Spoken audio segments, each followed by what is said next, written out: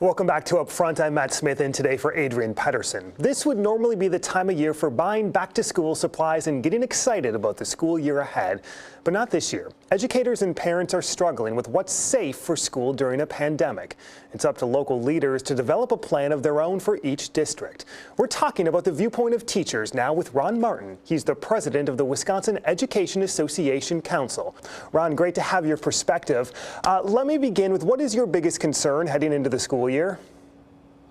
Well, obviously the biggest concern is keeping our staff and our students safe.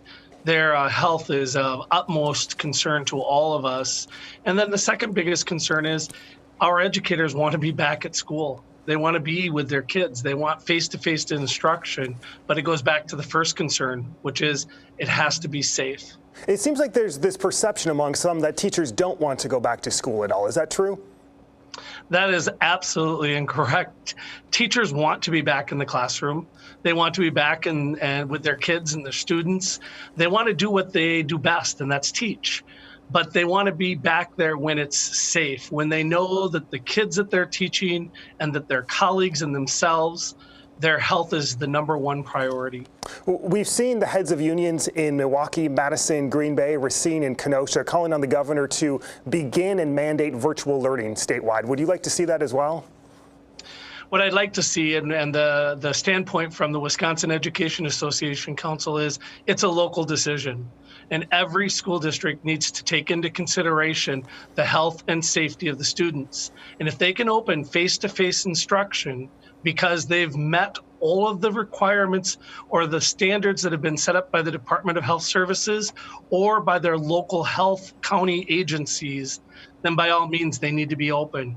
But if they can't, and they can't guarantee the safety of staff and students, then they need to come up with an alternative plan. Is there a scenario anywhere in Wisconsin where you see teachers not showing up to school? Not really. I mean, I think if they're asked to come, I mean, there will be situations where teachers might have extenuating circumstances, and they're going to be able to work that out with their human resources, their superintendent, their principal, and perhaps those are the individuals that might not show up for face-to-face instruction and might be called upon to do the virtual instruction or distance learning. But for the most part, our educators, if they're asked to be back in classrooms, they'll be back in classrooms. Let's talk about that virtual aspect. We had a test of it this past spring. Are teachers and are you confident that districts across the state have progressed enough that if a district does begin virtually, every student will be able to learn virtually? Yeah, what happened in March and April is not really a good comparison because it was sprung on us so fast. Nobody was prepared for COVID. We didn't anticipate, we didn't expect. On March 16th, people were told to go home and they'll let us know when we'll resume school, face-to-face instruction. Well, that didn't happen. And so we were all forced with really coming up with quick plans. What do we do? How do we provide the best instruction possible?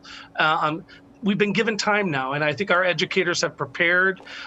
Many of them have taken courses themselves on how they can do an outstanding job of presenting virtual instruction.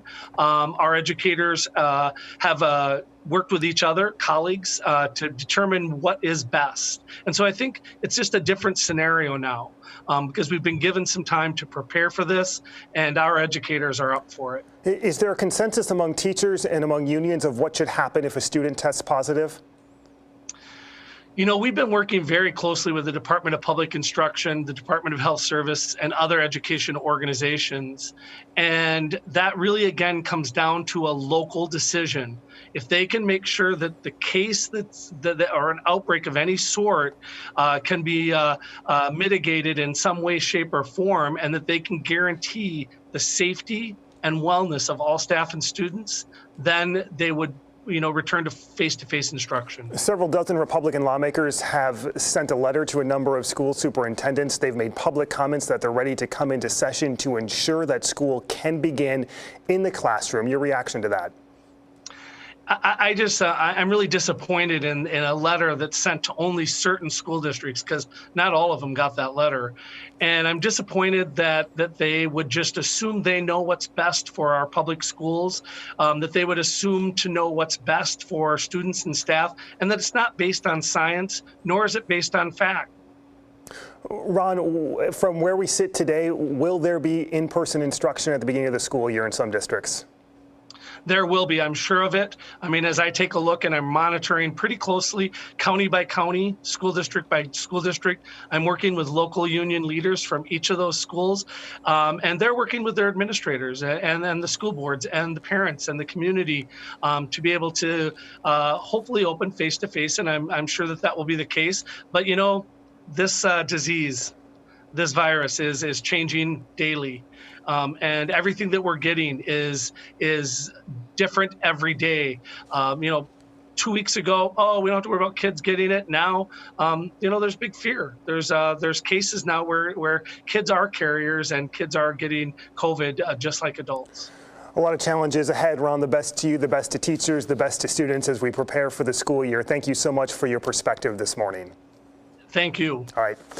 Next, the latest on the Badgers football season and the impact when regular games aren't played.